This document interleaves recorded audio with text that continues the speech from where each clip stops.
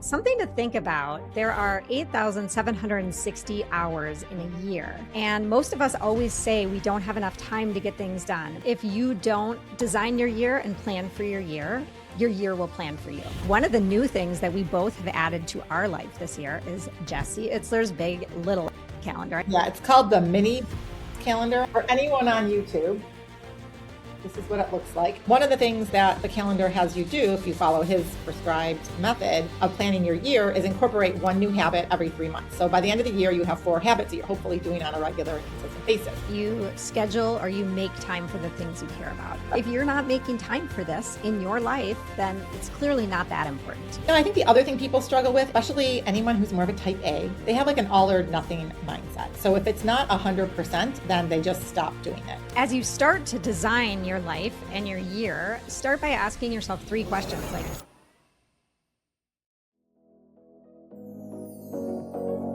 welcome to the Art of Living Well podcast, where we empower you to take charge of your health and happiness. We're Marnie and Stephanie, board-certified integrative health practitioners, holistic wellness coaches, and passionate explorers of all things mind, body, and soul. Each week, we bring you expert insights, real-life stories, and practical tools to help you bridge the gap between where you are now and where you truly want to be. From longevity and nutrition to mindset, movement, and healing, we dive deep to uncover the root causes of wellness and vitality. Join us and our growing community as we explore what it really means to create your art of living well in a way that's authentic, sustainable, and uniquely yours.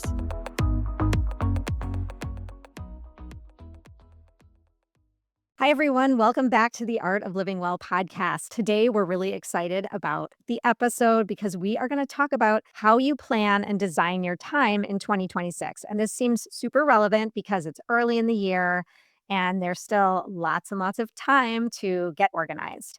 So something to think about, there are 8,760 hours in a year. And most of us always say we don't have enough time to get things done. But the reality is a lot of our time is being spent by default and not by design. And the average person now spends about 2.5 hours a day on social media and about 3 hours a day watching TV.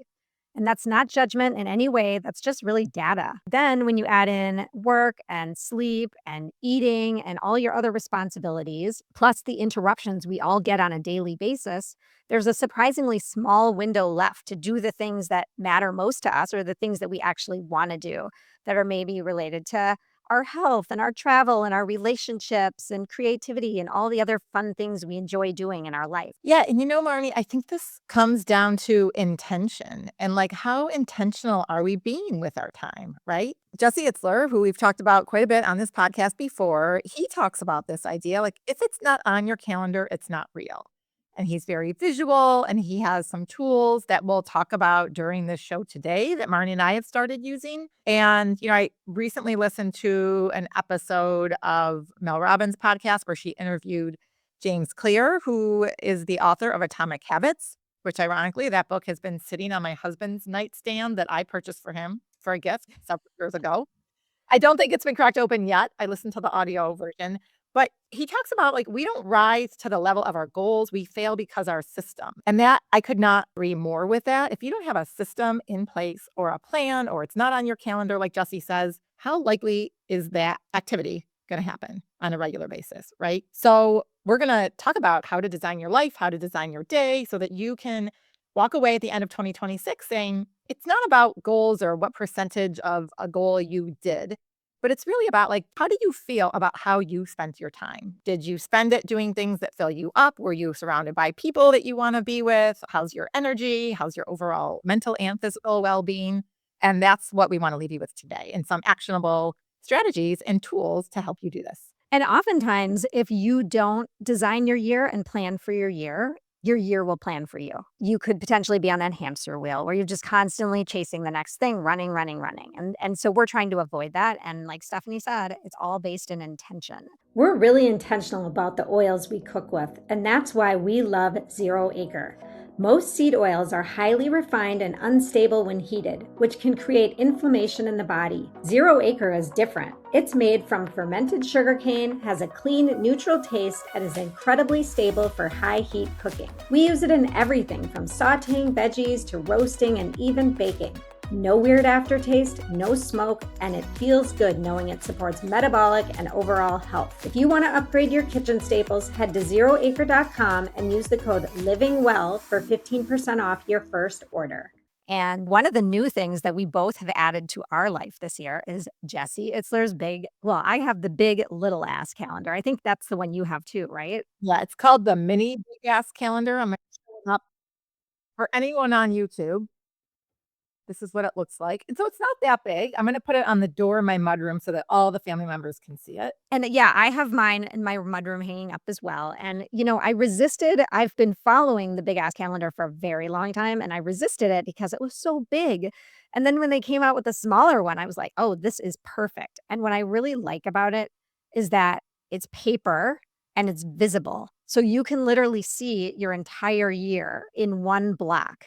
And why does that matter? Because I can look at it. And so my husband and I sat down and we actually planned January through June because planning January through December felt too big. Now, we added some things like family birthdays and things in there throughout the whole year, but I don't want to have my whole 12 months planned out right now because that doesn't give me any time for flexibility. But the other piece of it is seeing what I do have on the calendar in the next 6 months just makes me feel good. Like it's exciting, right?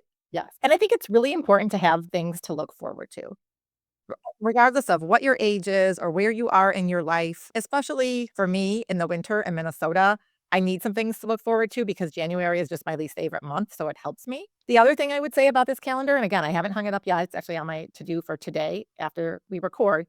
But if you live with other people, from an accountability standpoint, it helps. So one of the things that the calendar has you do, if you follow his kind of prescribed method of planning your year, is incorporate one new habit every 3 months. So by the end of the year, you have 4 habits that you're hopefully doing on a regular and consistent basis. Well, there's 5 of us in our house, well, kind of 4 of us in our household. My oldest is away at school.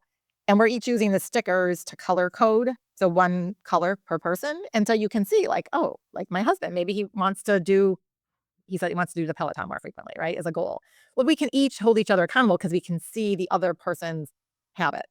So I think that is kind of a neat way if you live with other people and you're using it within your family. And you don't need the calendar to do this, by the way. So, like, Stephanie's talking about doing one goal for small increments each day. And that can be 5-minute increments, 15-minute increments, whatever it is that works for you. The idea is just you're doing it every day for a very small amount of time. And it's bringing you closer to whatever that thing is that you're trying to achieve. And it could be, we were talking before the podcast, what would be some examples of that, right? Like maybe it's the Peloton for 5 minutes a day. Maybe it's not taking out your cell phone for 15 minutes, or maybe it's taking a 15-minute walk outside, getting your morning sunlight. I mean, it could go on and on and on with what you want to do, right? And the other thing that when I listened to this podcast with James Clear, is he shared a story of someone he worked with, and the person wanted to go to the gym. And, going to the gym in January is obviously very can be intimidating because that's when everyone decides they want to start working out.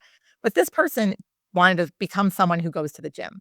So he set it as his goal. He was literally going to drive to the gym and go for 5 minutes and go home. Now you would think like 5 minutes, what is that going to do in the gym? Well, it wasn't about how many calories he was going to burn or how long he was going to be on the equipment. He just wanted to be able to say, I am someone who goes to the gym. It doesn't matter how long, but that consistency over time, because it wasn't very overwhelming to only go for 5 minutes. Like Marnie said, maybe you're just doing the Peloton for 5 minutes, or you're reading 10 pages in a book every night before you go to bed. Then you become someone who reads a book every night before they go to bed. It doesn't matter how long you're reading it for or how long the activity is, but eventually over time, that momentum is going to build. And likely that person who went to the gym for only 5 minutes for a couple weeks, they probably started extending their time. And now maybe they're the person who goes to the gym 3 or 4 times a week, but for longer duration or whatever it is. So we want to break this down so it doesn't seem so overwhelming. And it's not an all or nothing approach. It's not like I have to do this 100% or I have to give 100% every time. No, it's okay. Do it for less time. And we're talking about systems, right? It's really about training yourself to build yourself a system, because we all have goals. I've talked about this before, but my family does this annual goal setting, and a lot of people don't like goal setting anymore. I still like goal setting. So we sit down, all of us as a family, and we take time and first we review our last year and we share with each other in our different buckets. And they're similar. Like my buckets, I see mine over there. It's like work and relationships and adventures and finance. And so I have learned over the past few years that I'm making my goals per se smaller and not smaller, but very doable. I'm not coming up with this like crazy list of goals that are just going to be unattainable because that just feels crappy and not realistic. So developing these goals, sharing them with someone else. I actually have them printed out on my desk and I can see them every day. And then saying them out loud, but then developing the systems so that I know that I'm actually working towards those goals and thinking about what are some things that are keeping me from those goals. For me, maybe it's social media time. I can't remember if I shared on the podcast or if I just shared with Stephanie, but I'm trying really hard not to look at my phone in the morning when I first wake up. It's really hard for me, especially when we're working with people overseas and that's when they're contacting us. It's hard for me. So I've been trying to do this the last few days and it has given me, I would say, 30 minutes of time back in the morning. Unbelievable, right? Wow. So what were you doing? I'm just curious. What were you? I was getting sucked into everything. I was getting sucked into news, social media. I was like in my bathroom, standing in the bathroom. Now I do my business in the bathroom, brush my teeth, whatever. I go straight down into the basement to work out and I'm done earlier. I don't even look at my email. It's been unbelievable. Yeah. This morning I popped my head outside and like got that sunlight on my face. It's amazing how much time that's been a big time suck for me. It's for a lot of people, that doom scrolling or whatever you want to call it. And it's the morning is when I was really, this is time I need back to reach my goals. Well, think about it. People either are doing that first thing in the morning or a lot of people are doing it in the evening. And what is that impacting? Your morning routine and your evening routine, which really are the bookends of your day to set you up for success or mediocrity, I'll just say, right? And I feel like last year I worked on the evening and I'm really good about turning off my phone at night. And like I literally just put it away. I don't even look at it anymore. So now I'm working on the morning. That's good. So what kind of systems, just to give people some examples of what you can do, right? So is your system meal planning and meal prep? So I know a lot of people still struggle, especially a lot of moms or people that even work from home and they're like, what do I eat for lunch? A lot of times people prioritize dinner, especially if they're cooking for families, but their lunch is just like bars and nuts and maybe a piece of fruit and maybe random things in the fridge. But like, think about the system that you could have. It would set you up for success so that you had food readily available. Doesn't need to be perfect or Pinterest picture worthy, just good nourishing food that you enjoy to eat, right? So what's a system that someone could develop? Well, and thinking about that, we do our 7-day and 14-day vitality reboot. And I think that during that time, our clients or there are people that do the reboot with us really get those systems down and in place, right? And it's not necessarily going to be the system that I do is the system that Stephanie does.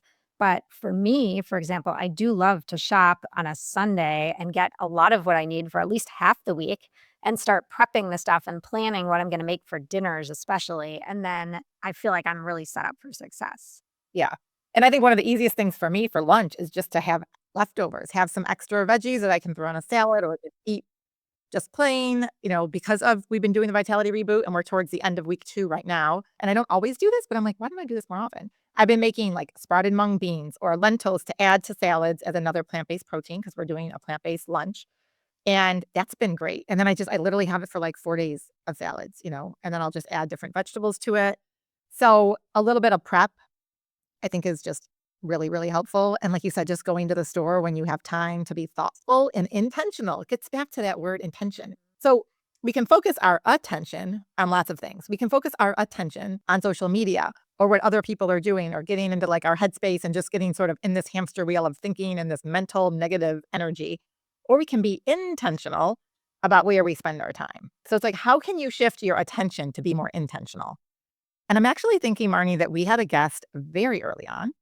I think it was Aaron who talked about this very concept. Maybe we should go back and listen to it and link it up in the podcast. But I think that's where I'm getting this concept from. I can't even think of who you're talking about. So I'm very curious. Yeah, it was Aaron Newkirk. Oh, okay. Yeah. We'll link that episode up. Yeah, when you get I wanna call it like a win, when you feel like your system is working, that's when it feels like a win and it feels really good, and then you wanna keep doing the system, and I love seeing our Vitality Reboot participants have that light bulb go off like, "Wow, I can do this. I can meal prep," or, "I can get outside and walk for 10 minutes after dinner," and it makes me feel so much better, and I'm getting into this habit, and I'm gonna continue it, and so we love seeing that happen to our participants. Yes, especially when some of them have been recurring time after time again, and they pick up habits, and so then the next time they do the program, they're like, "Well, this is pretty easy because 'cause I've been doing my shakes once or twice a day anyway, and I've been eating more of a plant-based lunch most days."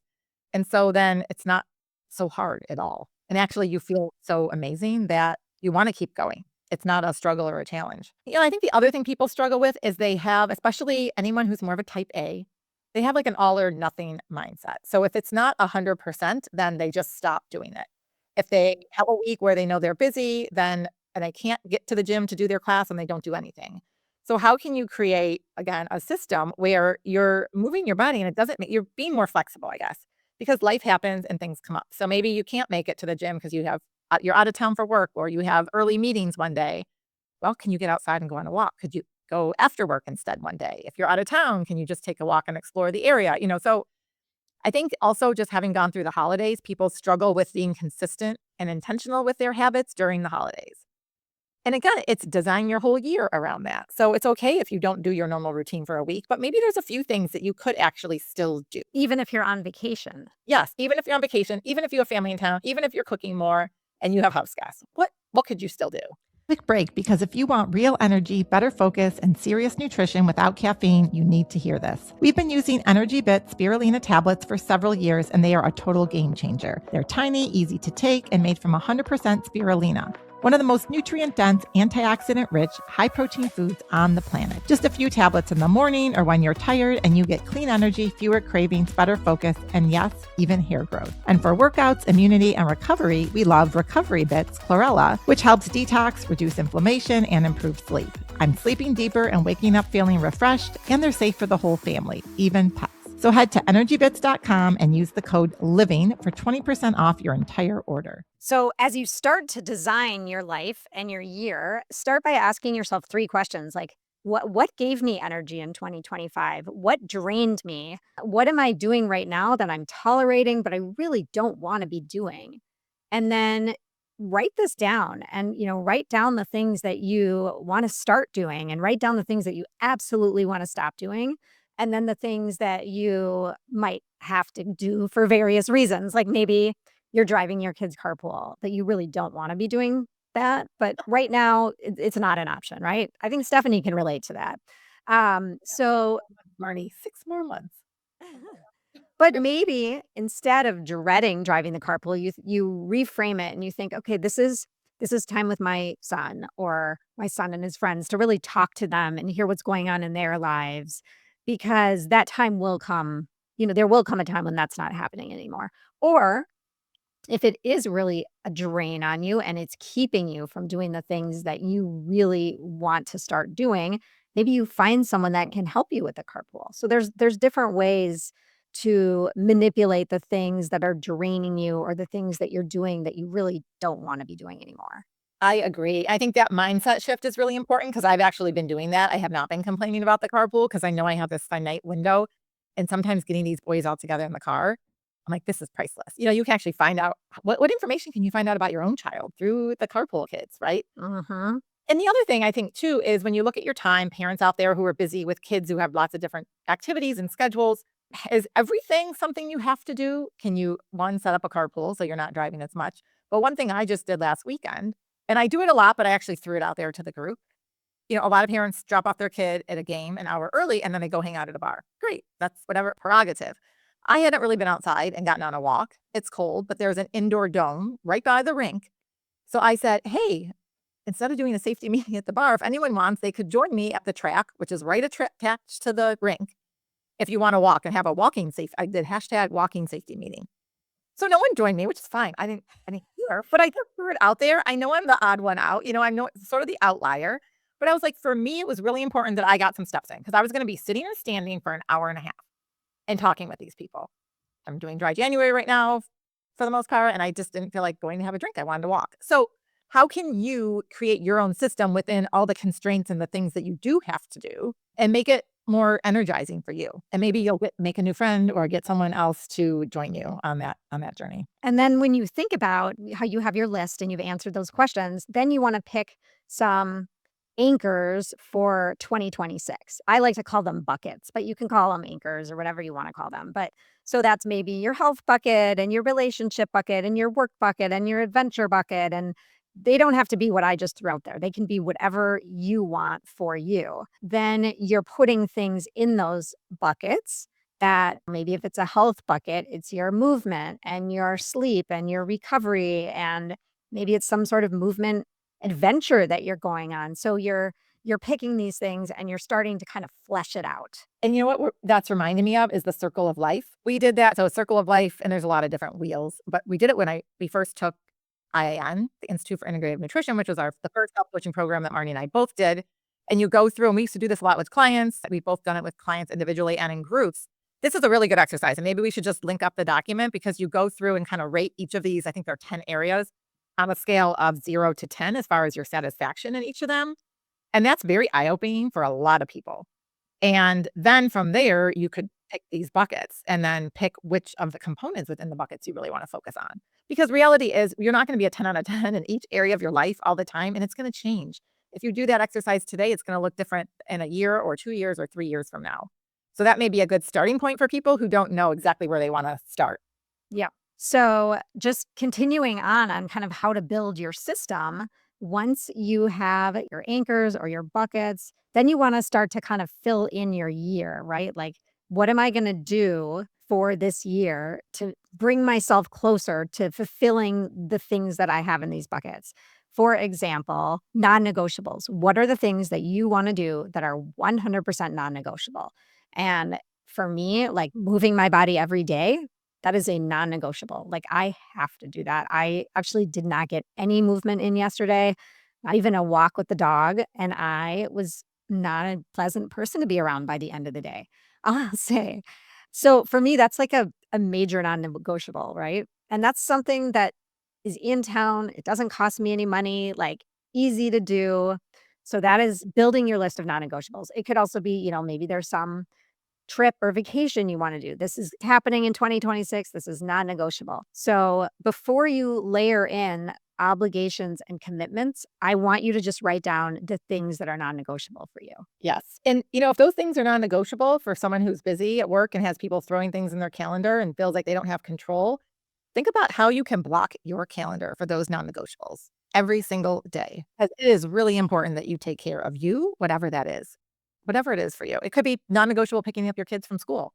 It could be getting outside on a walk or having lunch where you're not inhaling your food at your computer, but block your calendar and make it a priority just like you would anything else that was, important. And you hear that you schedule or you make time for the things you care about. And I think about that all the time. Like if I'm trying to do something with someone and they're always like, oh, I can't do that. I'm too busy. I'm too busy. I'm too busy. I'm thinking, okay, I mean, I have this conversation with my husband, not to throw you under the bus, Jordan, but like, if you're not making time for this in your life, then it's clearly not that important to you, right? Like you have time to do other things, but you're not doing this. So you say it's important, but let's have action. Let's actually see that it is important to you. How can you actually take the thought in your mind and carry it out? John on the Peloton. How can you go from writing it down to actually riding the bike? Exactly. And you know what? Sometimes we think we should do something, and that's what gets it to the point of even getting on the calendar or putting it down.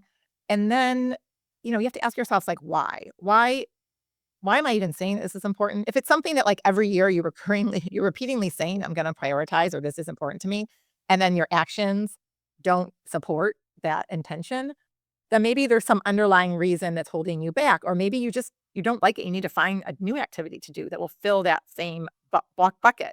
Yes. So just because you have the Peloton in the basement doesn't mean that that's the right activity for you. Maybe there's some other activity that you would enjoy more. And that's where exploring and working with a coach, coming onto our podcast to do a health transformation audit can really help you unpack that.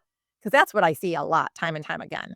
And it's having those conversations and really getting out of your head and thinking about why and what will bring you that joy or energy or whatever it is you're trying to experience more of, that's what's really important. And that will help you find something to do that then is sustainable, that you can keep at it, that's motivating. And I think you made such an important point, Stephanie. Like, I think don't ride the Peloton because you think you should ride the Peloton. Do it because it's fun and it's energizing and it's motivating. And if that's not lighting you up, go do something else that lights you up, because we don't want to waste time doing things that aren't fun, if in our spare time, at least, for sure, right? Like, sometimes obviously we all have to do things that aren't fun.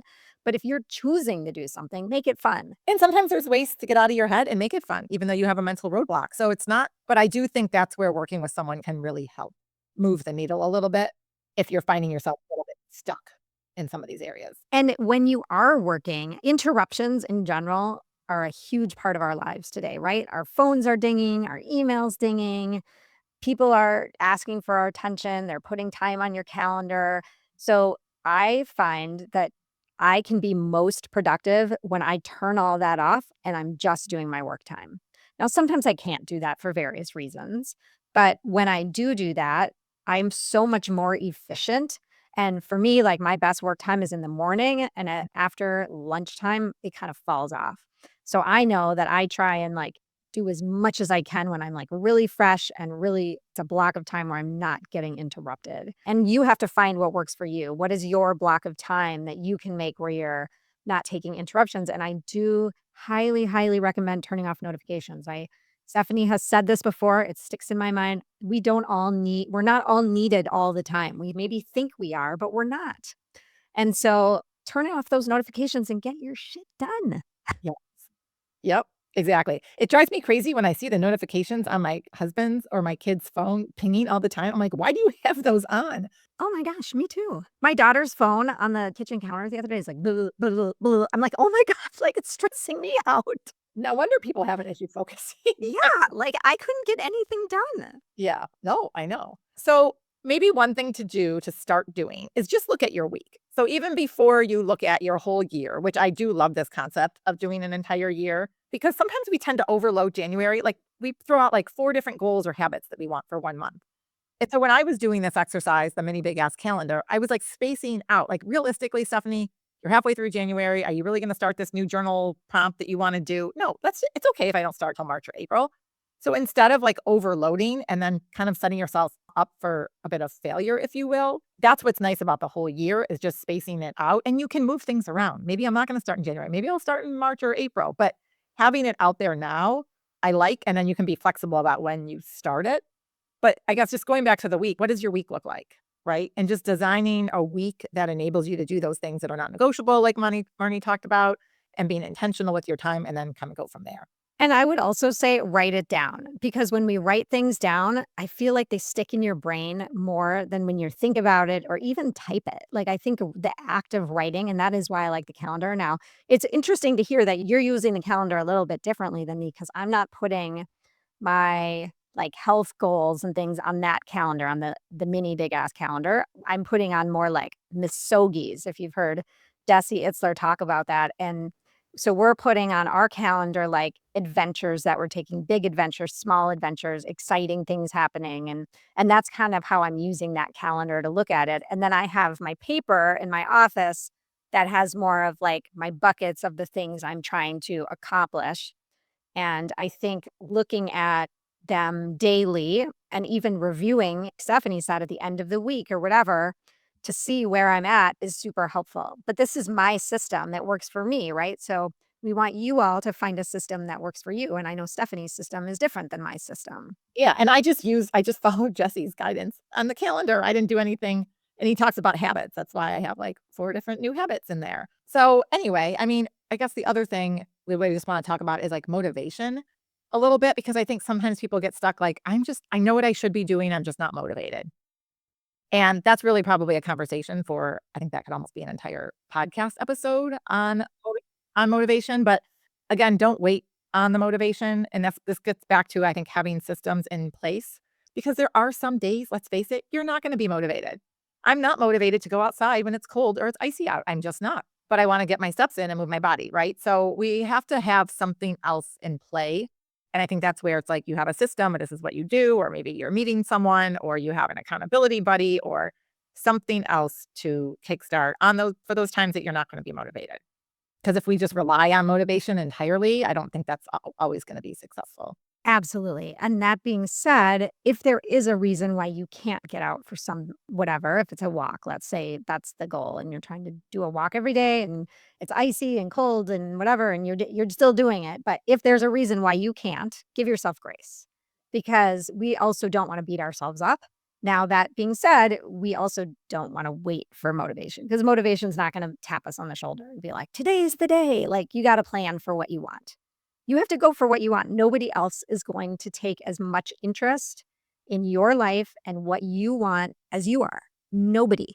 100%. So you are in charge of you, and you are the only one that can make 2026 amazing for yourself. So as we start to wrap this up, think about one anchor, like Marnie mentioned, and can you schedule something for 10 to 15 minutes every day for a week? And just try it. Try the one thing, the one new habit. Again, it could be reading, it could be being without your phone, it could be having a conversation with someone that you really care about, someone in your house where you're just like actually talking and listening to them for 15 minutes, or it could be meal prep or walking or whatever. But what can that one new thing be? And I do think it's helpful when you're starting a new habit, even if ultimately it's only going to be something maybe you're going to do 4 or 5 days a week, to do it on a consistent basis when you're starting. So that's why small chunks of 10 to 15 minutes a day can be helpful. And then once that's really ingrained in you, just like brushing your teeth, then you don't need to maybe do it every single day. Although brushing your teeth, they will say you have to do that every day. So maybe that was a bad example, but you know what I'm saying? Like, it's But okay. you want it to be like brushing your teeth. Like you want it to be that ingrained in you. Right. And then we would love to hear from you what you're adding in to your life. What is your habit? Drop us a line, email us, reach out on social media because it would be so fun to see what all your new anchors or habits are or the one thing that you're trying to do for 5 to 10 minutes or 10 to 15 minutes a day. And if you're doing some sort of calendar or visual, whether it's the big ass calendar or just your own visual calendar, snap a picture and tag us because we love seeing different examples. This is the first time I'm using this calendar. I haven't done anything like this before. And it's fun. And it's fun to get your kids involved too, regardless of how old they are. And it's important for them to start thinking about these things as well. And I have to say, the rest of my family is kind of struggling. Well, maybe my oldest has one with a misogi. That's kind of a big one, like this big year defining event, right? And that can be harder, but it doesn't have to be huge No, from the standpoint of like time or money or effort or anything like that. I think what I've learned about this misogi and this big life defining, not even life defining, but it has to challenge you in a way that you don't normally challenge yourself. And that doesn't necessarily have to be a big physical, expensive challenge. It could be a mental thing. It could be speaking to a group of 50 people. It could be the 12-hour walk. That's free. Yes, which is back on my list for this year because I did not do it in 2025. It's Marnie, it's on mine too. And I think it's in the fall, maybe, or summer.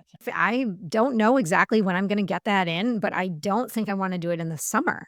It would have to be like not when it's too hot. Yeah. Maybe spring. I feel like I kept pushing it off in 25. I was like, I'll do it next month. I'll do it next month. And then it gets dark out. So for me, I want it to be light during my 12-hour walk.